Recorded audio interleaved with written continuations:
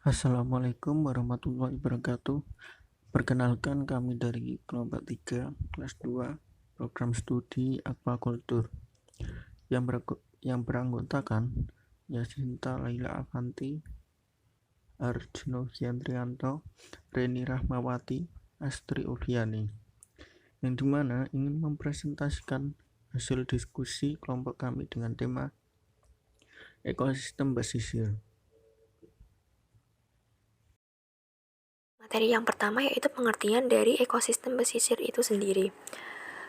Sebagai suatu negara kepulauan terbesar di dunia dengan luas laut termasuk ZII sekitar 5,8 juta kilometer persegi dan panjang pantai sekitar 95.181 kilometer. Indonesia memiliki potensi sumber daya alam pesisir dan laut yang sangat besar. Ekosistem pesisir dan laut menyediakan sumber daya alam yang produktif, baik sebagai sumber pangan, tambang, mineral dan energi, transportasi, media komunikasi, maupun kawasan rekreasi atau pariwisata. Karena itu, ekosistem pesisir dan laut merupakan tumpuan harapan manusia dalam pemenuhan kebutuhan hidupnya di masa datang. Ekosistem pesisir dan laut yang merupakan suatu himpunan integral dari komponen hayati organisme hidup dan nirhayati atau fisik. Mutlak dibutuhkan oleh manusia untuk hidup dan untuk meningkatkan mutu kehidupan. Komponen hayati dan nirhayati secara fungsional berhubungan satu sama lain dan saling berinteraksi membentuk suatu sistem yang dikenal dengan ekosistem atau sistem ekologi. Apabila terjadi perubahan pada salah satu dari kedua komponen tersebut, maka akan dapat mempengaruhi keseluruhan sistem yang ada, baik dalam kesatuan struktur fungsional maupun dalam keseimbangannya. Selanjutnya yaitu komponen biotik yang menyusun suatu ekosistem pesisir terbagi atas 4 kelompok utama. Yang pertama yaitu produser. Sebagai produser adalah vegetasi autotrof, algae, dan fitoplankton yang menggunakan energi matahari untuk proses fotosintesis yang menghasilkan zat organik kompleks dari zat anorganik sederhana. Yang kedua yaitu konsumer primer. Sebagai konsumer primer adalah hewan-hewan yang memakan produser, disebut herbivora. Herbivora ini menghasilkan pula materi organik atau pertumbuhan reproduksi, tapi mereka tergantung sepenuhnya dari materi organik yang disintesa oleh tumbuhan atau fitoplankton yang dimakannya. Selanjutnya yaitu konsumer sekunder. Konsumer sekunder ini adalah karnivora, yaitu semua organisme yang memakan hewan. Untuk suatu analisa yang lebih jelas, kita dapat membagi lagi konsumer sekunder ke dalam konsumer tersier yang memakan konsumer sebelumnya. Sesungguhnya, banyak jenis organisme yang tidak dengan mudah dapat diklasifikasikan ke dalam tingkatan trofik ini, karena mereka dapat dimasukkan ke dalam beberapa kelompok. Konsumer primer dan sekunder atau omnivora, konsumer sekunder dan tersier atau predator atau parasit herbivora, dan karnivora. Selanjutnya yaitu sebagai dekomposer.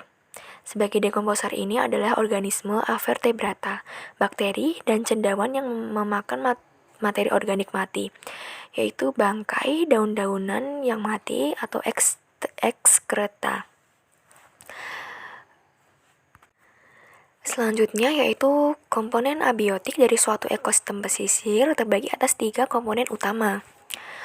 Yang pertama yaitu unsur dan senyawa anorganik, karbon, nitrogen, dan air yang terlibat dalam siklus materi di suatu ekosistem. Yang kedua yaitu bahan organik, karbohidrat, protein, dan lemak yang mengikat komponen abiotik dan biotik. Yang terakhir yaitu regim, iklim, suhu, dan faktor fisik lain yang membatasi kondisi kehidupan tersebut. Ekosistem utama di wilayah pesisir. Yang pertama, estuaria. Estuaria merupakan perairan pesisir semi tertutup yang mempunyai hubungan bebas dengan laut terbuka dan menerima masukan air tawar dari daratan. Yang kedua, hutan mangrove. Hutan mangrove merupakan komunitas vegetasi pantai tropis yang didominasi oleh beberapa spesies pohon bakau yang mampu tumbuh dan berkembang pesat pada daerah pasang surut pantai berlumpur. Yang ketiga adalah padang lamun. Padang lamun merupakan satu-satunya tumbuhan berbunga yang hidup terendam di dalam laut. Yang keempat, terumbu karang. Terumbu karang merupakan suatu ekosistem khas yang terdapat di perairan daerah tropis.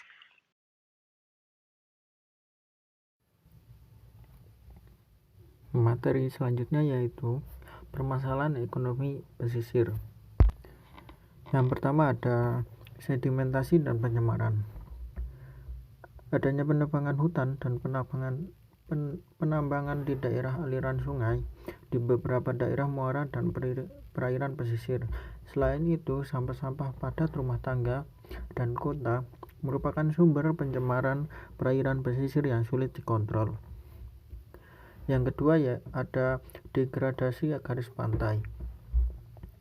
Erosi pantai merupakan salah satu masalah serius di wilayah pesisir. Kebanyakan erosi pantai akibat aktivitas pembangunan infrastruktur, sehingga dapat mengurangi fungsi perlindungan terhadap pantai. Yang ketiga ada degradasi terumbu karang di perairan pesisir disebabkan oleh aktivitas manusia, di antaranya pemanfaatan sebagai sumber pangan, sumber bahan bangunan, dan komoditas perdagangan. Yang keempat ada degradasi dan konversi hutan mangrove. Sumber yang cukup menonjol yaitu hutan mangrove sebagai akibat pembukaan lahan yang menjadi kawasan pertambangan, pemukiman, industri. Yang kelima ada keanekaragaman hayati. Ancaman keanekaragaman hayati diduga berasal dari pembangunan infrastruktur di pinggir pantai dan reklamasi pantai.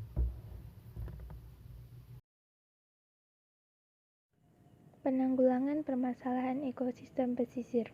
Ada beberapa cara, yaitu 1. Konservasi keanekaragaman hayati adalah upaya pengelolaan sumber daya hayati untuk menjamin kelangsungan hidup manusia di masa sekarang dan masa mendatang.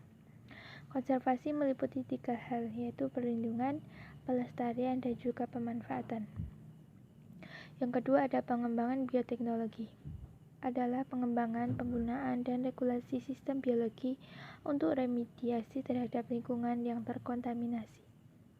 Lingkungan yang dimaksud bisa berupa tanah, udara, air, maupun sedimen. Yang ketiga yaitu pengelolaan terpadu wilayah pesisir dan lautan. Bisa menggunakan cara eksplorasi, eksploitasi, konservasi, pengaturan kepentingan administratif, pengaturan tata ruang, penekanan hukum terhadap peraturan, ikut serta dalam pemeliharaan keamanan, dan juga ikut serta dalam pertahanan kedaulatan negara. Yang keempat, ada kegiatan mitigasi, yaitu kegiatan yang dapat dilakukan untuk menangani permasalahan yang diakibatkan oleh faktor alam. Bisa dengan cara menanam mangrove di wilayah pesisir yang rentan terhadap bencana tsunami atau erosi. Yang kelima ada kegiatan preventif atau pencegahan, yaitu kegiatan pencegahan terjadinya kerusakan.